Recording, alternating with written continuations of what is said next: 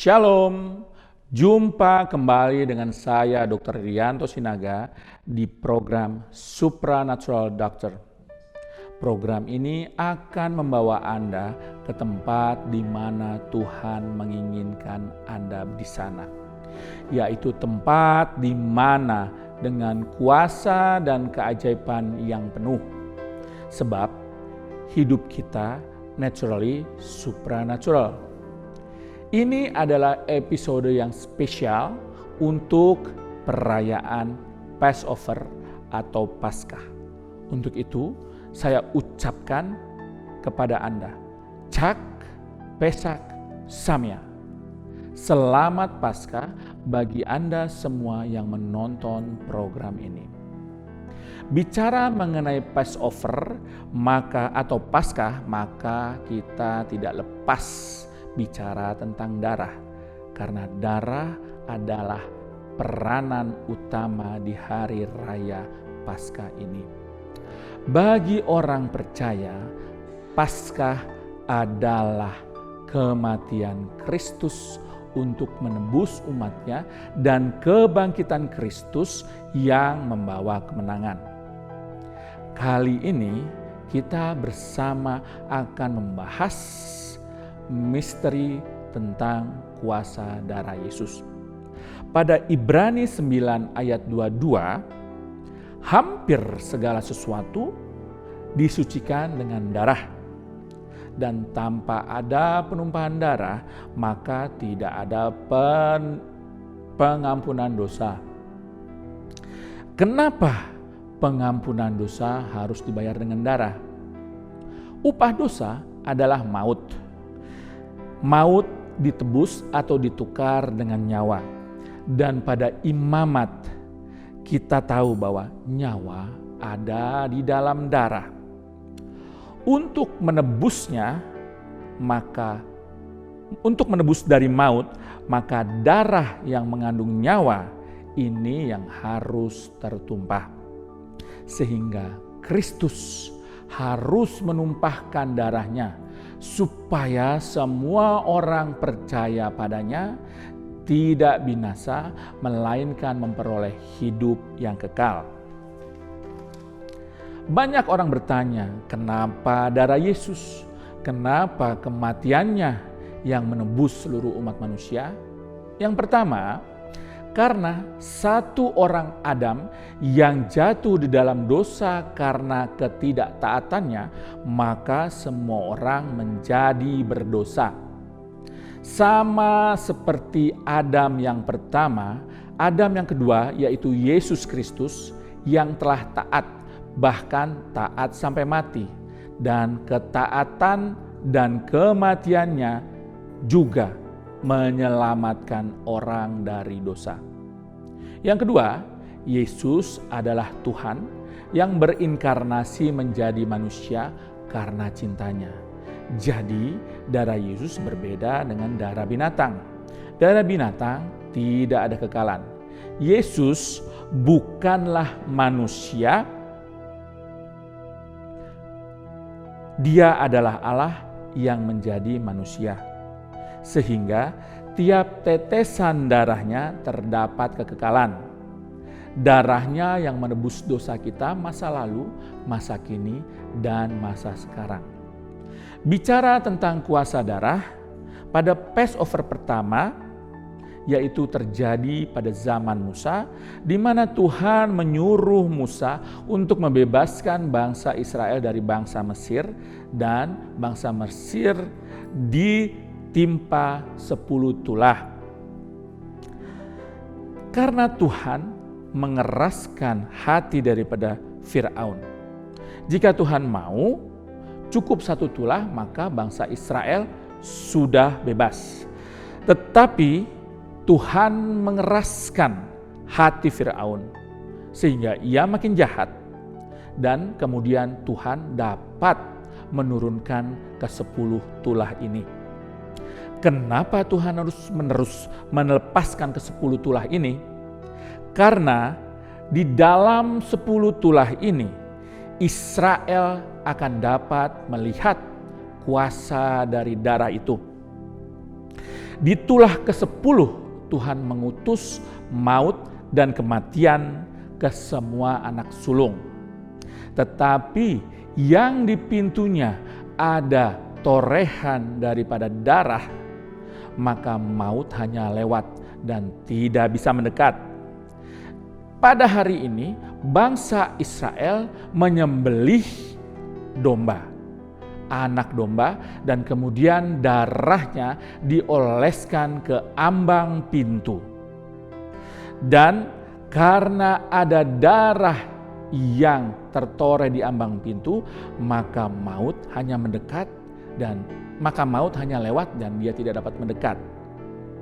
Berbeda dengan bangsa Mesir yang tidak ada darah di pintunya, maka semua anak sulung dari bangsa Mesir kemudian mati. Kita lihat kuasa darah dari Passover yang pertama.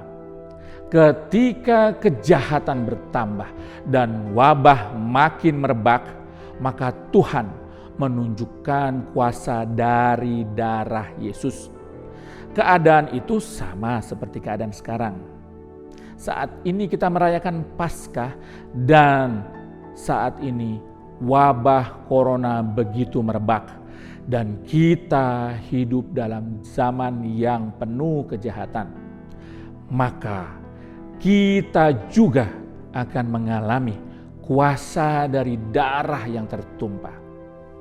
Seperti bangsa Israel yang mengalaminya pada saat dulu.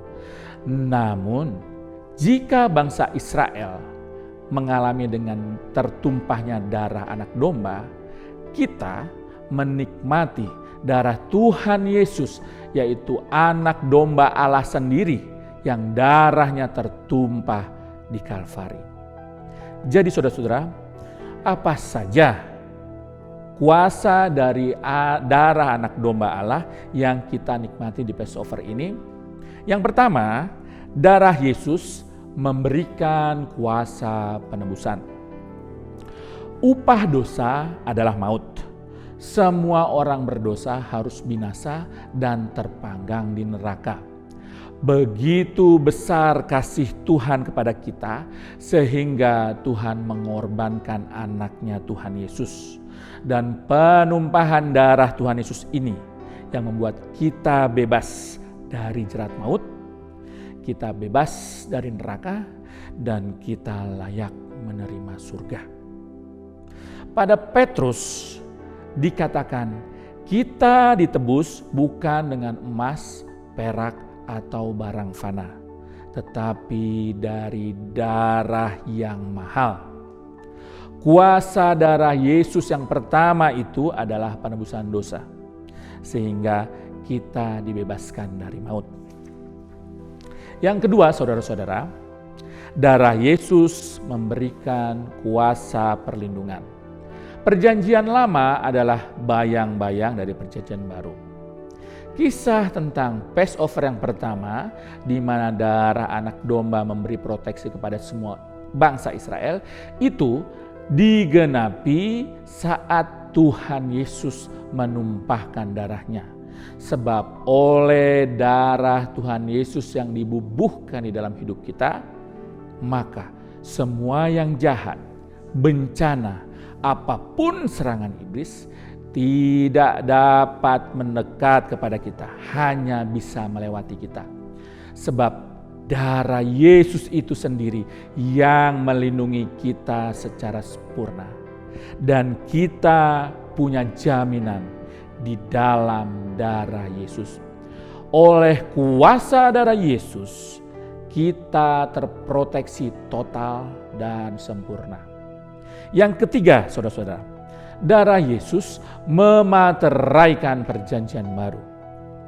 Ketika di perjamuan terakhir, Yesus mengangkat cawan dan berkata, cawan itu adalah perjanjian baru oleh darahnya yang telah ditumpahkan bagi kita.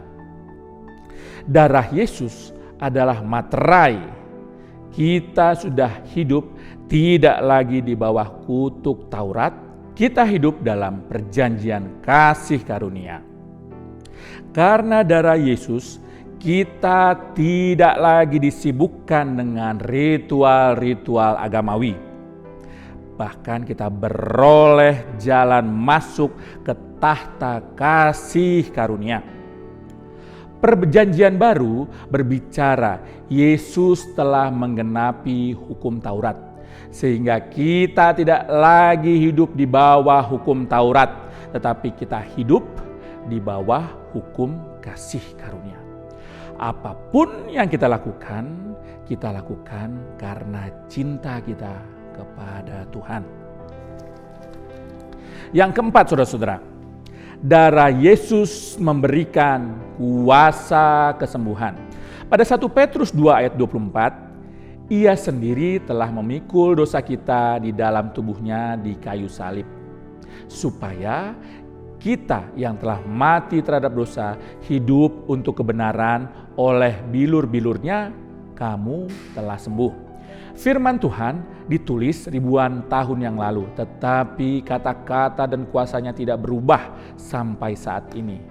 Bahwa bilur-bilur Yesus bukan akan, tetapi telah menyembuhkan saudara. Karena bilur-bilurnya yang berdarah itu adalah jaminan kesembuhan kita. Kita memiliki kuasa untuk menerima kesembuhan dan membawa kesembuhan itu untuk setiap orang-orang oleh darah Yesus. Jadi tidak peduli sakit apapun, maka kita akan menerima kesembuhan karena darah Tuhan Yesus. Hari ini, jika Anda sedang sakit atau ada kerabat Anda yang sakit, percaya oleh bilur-bilur Yesus, Anda sudah sembuh. Yang kelima, saudara-saudara, darah Yesus menjadikan kita pewaris dari janji Abraham. Pada Efesus, tadinya kita tidak mengenal Allah dan kita tidak mendapat bagian dari janji Tuhan kepada keturunan Abraham. Tetapi oleh darah Yesus itu telah membuat kita jauh jadi dekat.